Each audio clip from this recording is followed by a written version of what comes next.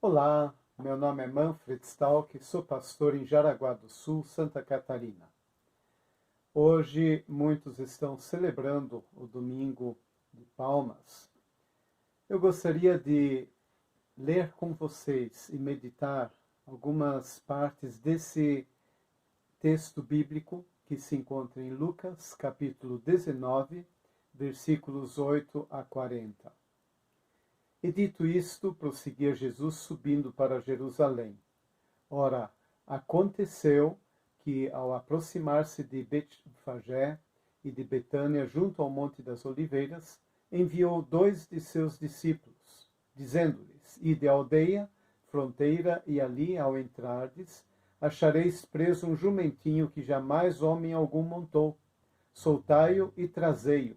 Se alguém vos perguntar por que o soltais, respondereis assim: porque o Senhor precisa dele.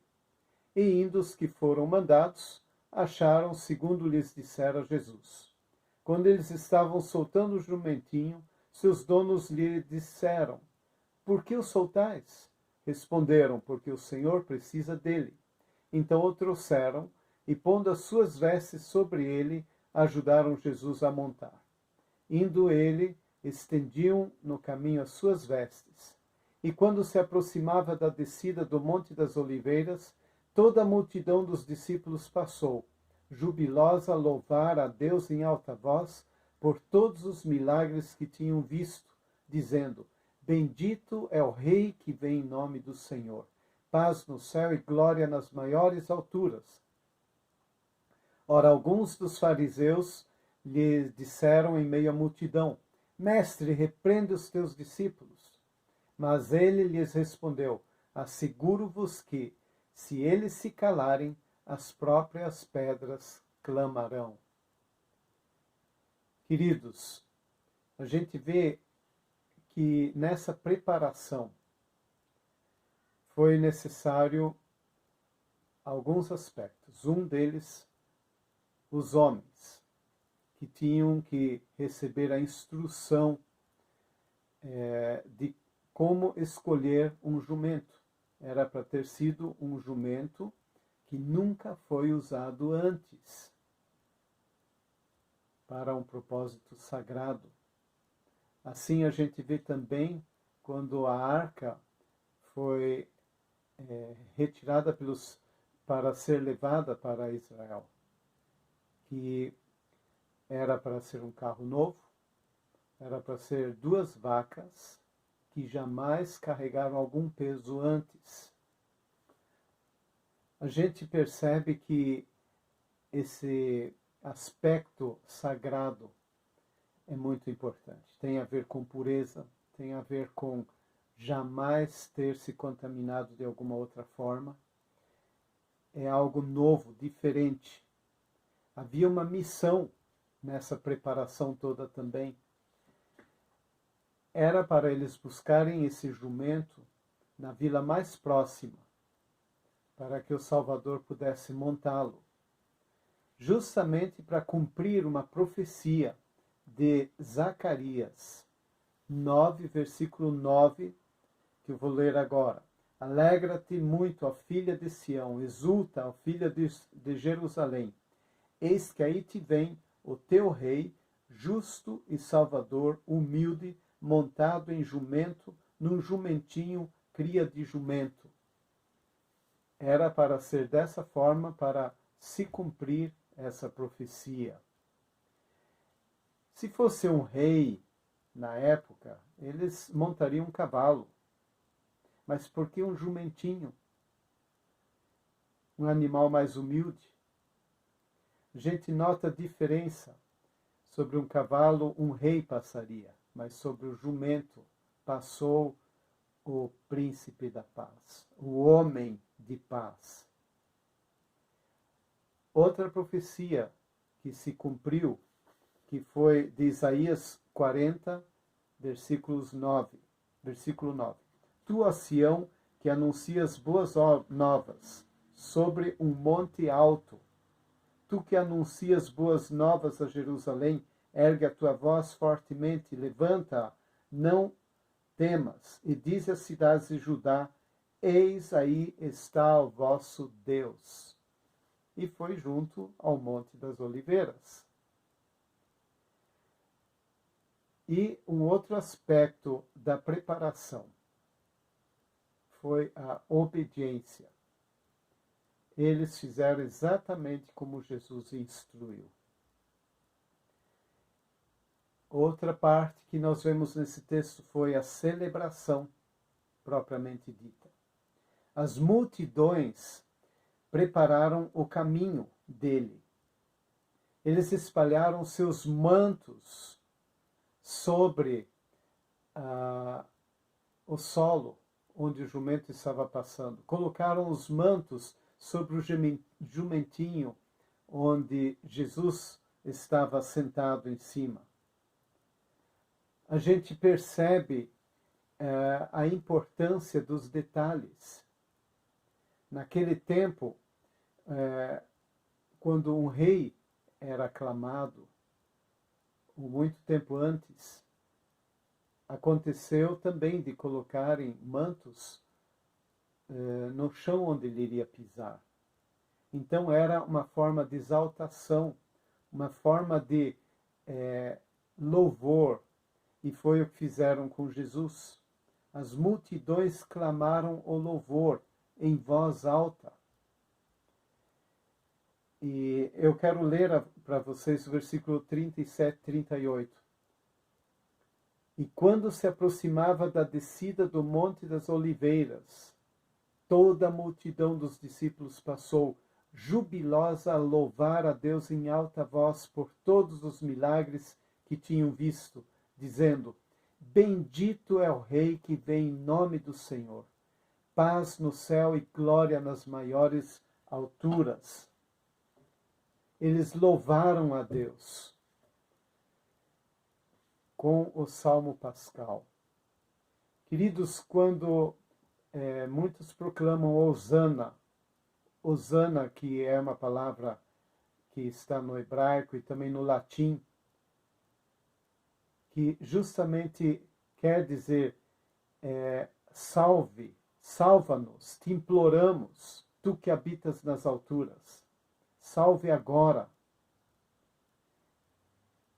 Queridos, nós vemos a exaltação do povo.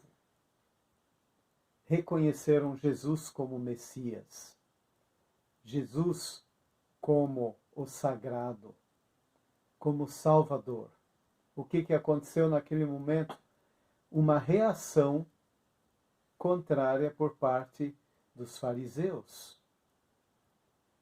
Que a gente vê isso no versículo 39, 4, que eles estavam repreendendo Jesus, dizendo: Mestre, repreende teus discípulos, manda eles ficarem quietos, calarem a boca. E a resposta de Jesus foi: se eles se clamarão, se eles se calarem, as pedras clamarão. Porque os planos de Deus não podem ser frustrados. Eles não se frustram. A gente vê a profecia de Jesus. No versículo 41 do capítulo 19. Foi quando Jesus chorou à vista de Jerusalém. Quando ia chegando, vendo a cidade, chorou. Ele chorou por causa da cidade. Queridos, a profecia era, eu vou continuar lendo, se conheceras por ti mesma ainda hoje o que é devido à paz, mas isto está agora em oculto aos teus olhos, pois sobre ti virão dias em que os teus inimigos te cercarão de trincheiras, e por todos os lados te apertarão o cerco, e te arrasarão, e os teus filhos dentro de ti. Não deixarão de ti pedra sobre pedra, porque não reconheceste a oportunidade da tua visitação. Por causa da resistência, por causa do pecado, a Jerusalém seria destruída.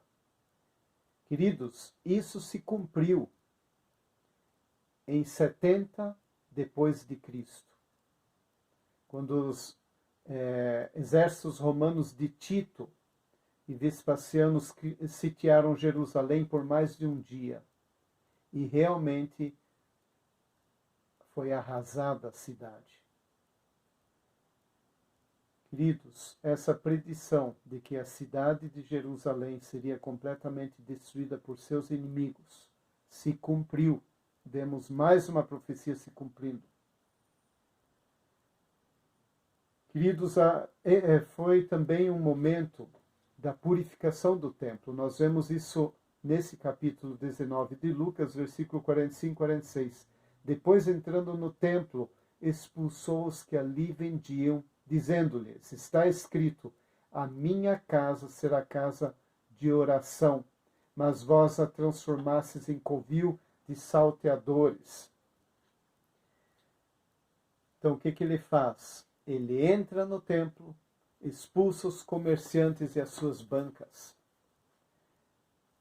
Queridos, Jesus é aclamado em Jerusalém. E isso ninguém pode tirar. Eu gostaria de ler o paralelo desse texto. Então, ele consta nos Evangelhos, em João 12, 12 a 16.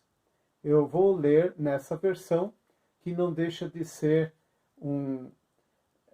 reafirmar do que já li antes. Então, João 12, 12 em diante, a 16. No dia seguinte, a numerosa multidão que viera à festa, tendo ouvido que Jesus estava de caminho para Jerusalém, tomou ramos de palmeiras e saiu ao seu encontro, clamando: Hosana! Bendito que vem em nome do Senhor e que é Rei de Israel.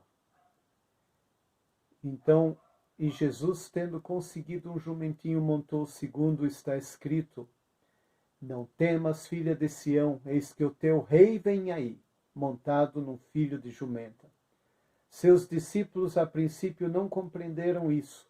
Quando, porém, Jesus foi glorificado, então eles se lembraram de que essas coisas estavam escritas a respeito dele e também de que isso lhe fizeram.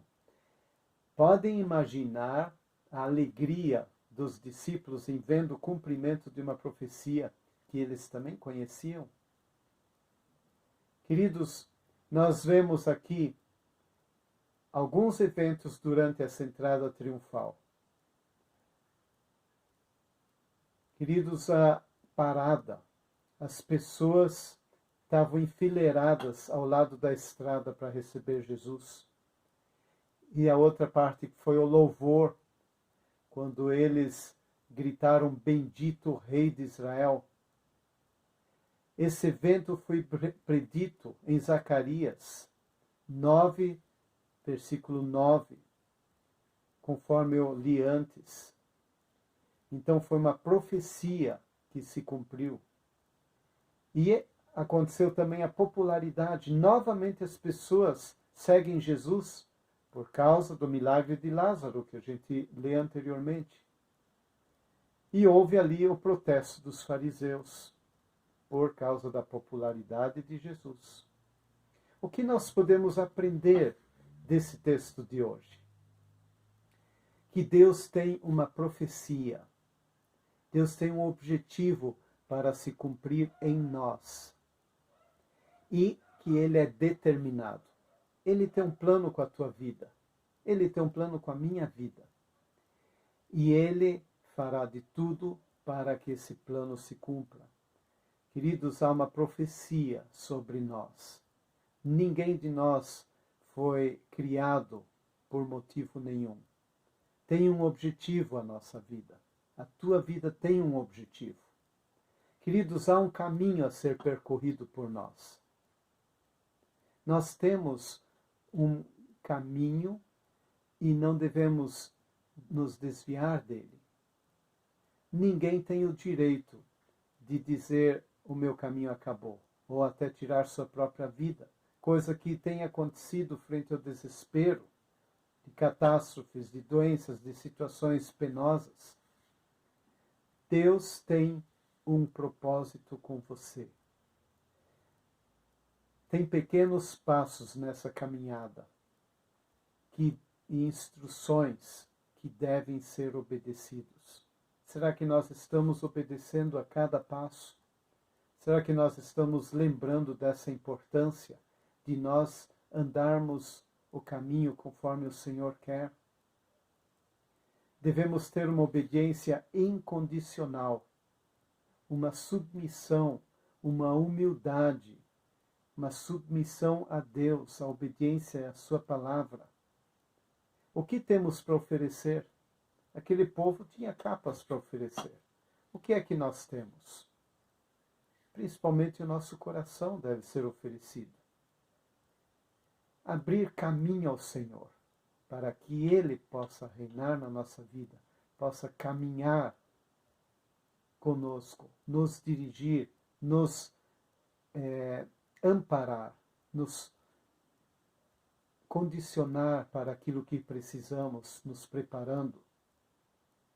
Queridos, enquanto nós louvamos ao Senhor, Ele nos defende. Assim como Jesus ali, que falou para os fariseus que eles não, em outras palavras, não vão se calar. Porque se eles se calarem, as pedras clamarão. Portanto, o povo estava louvando, adorando a Jesus ali. E Jesus defendendo. Queridos, se nós não fizermos o trabalho do Senhor, se nós não cumprirmos o chamado, Ele pode usar até pedras. Para Deus nada é impossível. O meu desejo é que você possa ter realmente um objetivo na sua vida. Que você possa encontrar esse objetivo. Houve uma convocação nacional para jejum hoje, nesse dia, em prol do governo, para firmarem, as pessoas se firmarem em Jesus, conversão, para as nações do mundo terem o governo de Cristo, para serem todos curados dessa pandemia que está acontecendo. Deus tem seus planos, tem seus objetivos. Por que estamos passando por isso? Não é a pergunta ideal. A pergunta certa é: para que estamos enfrentando todas essas situações? Eu quero lhes dizer, queridos, está tudo no controle de Deus. É Ele quem comanda. É Ele que permite. Ele tem objetivos. Ele tem objetivos com a tua vida. E Ele quer que as nossas vidas estejam em sintonia com Ele, para que os objetivos dele se cumpram em nós. Eu quero orar por você. Querido Pai amado, te agradecemos muito porque podemos descansar no Senhor, com a firme certeza, com a convicção, com a fé de que tu tens um plano para cada um de nós. Que tu permites que passemos por situações que muitas vezes podem até nos serem penosas, mas nós cremos que a forte mão do Senhor está nos segurando. Senhor, nós queremos entregar nosso caminho ao Senhor, confiar em Ti, porque Tu tudo farás conforme a Tua palavra diz. E dessa palavra nós tomamos posse agora. Como também na Tua palavra Tu dizes, lançai sobre Ele a vossa ansiedade, e Ele terá cuidado de vós. Então, toda a ansiedade lançamos sobre Ti, porque Tu has de cuidar de cada um de nós. Senhor, Te agradecemos, porque todos os planos de Deus não são frustrados. Porque as profecias se cumprem, porque muitas já se cumpriram, e porque Tu tens um objetivo com a vida de cada um. Nós confiamos em Ti e Te pedimos por discernimento, por sabedoria, por unção, que o nosso caminho possa ser um caminho que te agrade, um caminho de obediência, um caminho inteiramente na tua dependência. Te agradecemos porque tu estás acima de tudo e de todos. Abençoe a vida de cada um que está participando, ouvindo essa mensagem. Que a tua boa mão esteja sobre todos, abençoando e conduzindo. Em nome de Jesus. Amém. Você é muito amado pelo Senhor. Confie nele.